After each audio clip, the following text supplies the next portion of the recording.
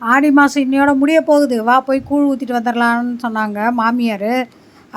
நம்ம எதுவும் நம்ம என்ன வேலையை செய்ய போகிறோம், சும்மா பார்க்க தானே போகிறோம். அந்த மாதிரி தான், ஒரு ஹெல்ப்புமே பண்ணலை. சமைக்கிறது கூழ் வெளியில் வந்து காசு கொடுத்து இப்போ இது பண்ணிட்டாங்க. அப்புறம் பொங்கல் மாமியார் செஞ்சுட்டாங்க, சுண்டலும் அவங்களே செஞ்சுட்டாங்க. இந்த ஃப்ரூட்ஸ் எல்லாமே வந்து நாத்தனார் வாங்கிட்டு வந்துட்டாங்க. ஸோ நமக்கு வேலையே கிடையாது. நம்ம ஜாலியாக உட்காந்துட்டு போய் கொடுக்கும்போது நின்றுட்டு நம்ம கையில் கொடுத்துட்டு நைஸாக வந்துட வேண்டியதுதான். எல்லாமே அவங்களே பார்த்துக்கிட்டாங்க. நம்ம எதுக்குமே போகல, கிட்டக்கு போய் என்ன பண்ணுறீங்கன்னு கூட பார்க்கல. கடைசி நாளாச்சு. அதுவும் இல்லாமல் குலதெய்வம் வந்து அங்காள பரமேஸ்வரி. ஸோ கூழ் ஊற்றியே ஆகணும் அப்படின்னு சொல்லிட்டு அப்புறம் வந்து எல்லாமே மாலை இதெல்லாம் எடுத்து வச்சோம். எடுத்து வச்சு திரும்ப எடுத்துகிட்டு போய் கொடுத்தோம். அப்புறம் எல்லாமே வச்சு படைச்சி அந்த சாப்பாடு பொங்கல் சுண்டல் எல்லாமே கொடுத்தாங்க மாலைலாம் போட்டுட்டு. அப்புறம் வெளியே வந்து விழுந்து கும்பிட்டுட்டு கூழ் ஊற்ற ஆரம்பித்தோம்.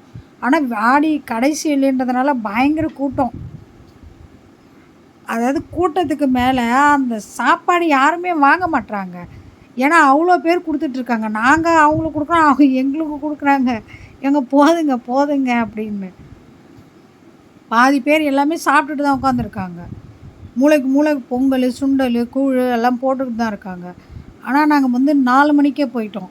6 மணி ஆக்கி கரெக்டாக புதன்னு நிறைய பேர் வர ஆரம்பிச்சிட்டாங்க. அப்போ தான் எங்களுக்கு காலியாச்சு.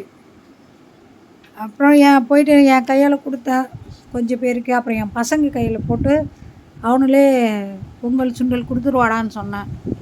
அப்புறம் அவன் கொஞ்சம் சுண்டல் பொங்கல் இதெல்லாம் வச்சு அவங்க ஒரு 10 பேருக்கு இந்தாங்கன்னு சொல்லி கொடுத்தான். சின்ன பிள்ளைன்றதுனால அப்புறம் இருந்தாலும் பரவாயில்லன்னு வாங்கிட்டாங்க போல். அப்புறம் இவங்களாம் வந்து பெரிய டின்னில் எடுத்துகிட்டு வந்து கூழ் காய்ச்சி ஊற்றிக்கிட்டு இருந்தாங்க. நாத்தனாரும் கொஞ்சம் எடுத்துகிட்டு போய் கொடுத்துட்டு இருந்தாங்க.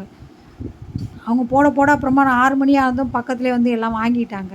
அப்புறம் 6 மணிக்கு மேலே காலி ஆகிடுச்சி. அப்புறம் ஆட்டோவில் பாத்திரம்லாம் எடுத்துக்கிட்டு மாமியார் எல்லாம் கிளம்பிட்டாங்க. அப்புறம் என் வீட்டுக்காரும் வந்தார் முடிய போகிற நேரத்தில். அப்புறம் அவர் கூட நாங்களும் கிளம்பிட்டோம். என் கையில் கொடுக்கணும் அப்படின்னு சொன்னாங்கன்னு சொல்லி ஒரு 10 பேருக்காவது கொடுக்கலான்னு பார்த்தா ஒருத்தனும் வாங்கலை. இந்தாங்க குழுங்குறாங்க பாரு, யாரும் வேணான்றாங்க. ஒரே மானமாக போச்சு. எல்லா இடத்துலையுமே 2-3 கிளாஸ் வச்சு குடிச்சிக்கிட்டு உட்காந்துருக்குது பாரு. ஆனால் ஆடி வெள்ளிக்கு மட்டும் சோறு சமைக்கவே தேவையில்லை. போய் உட்காந்தா நல்லா கொடுக்க வாங்கி சாப்பிட்டுட்டு வரலாம். ஒருத்தருமே வாங்கலை, ஒரே ஒருத்தவங்க மட்டும்தான் எடுத்துக்கிட்டாங்க. இவன் வேறு கேமரா ஆஃப் பண்ணுறான்னு சொன்னால் ஆஃபே பண்ண மாட்டேன்றான். நான் போகிற இடத்துக்குலாம் வரான். யாரும் வேணான்ட்டாங்க. எல்லாருமே கையில் வச்சுருக்காங்க. என்ன பண்ணுறதுன்னு தெரியல, ஒரே மானமாக போச்சு. சரி இப்படி பூந்து அந்தாண்ட பக்கமாக வந்துடலான்னு பார்த்தா கேட்டை போட்டானுவோ. திரும்ப போன வழியே திரும்ப வா ரிட்டனு. ஒரே மானமாக போச்சு. முதல்ல கேமரா ஆஃப் பண்ணுறான்னா அப்புறம்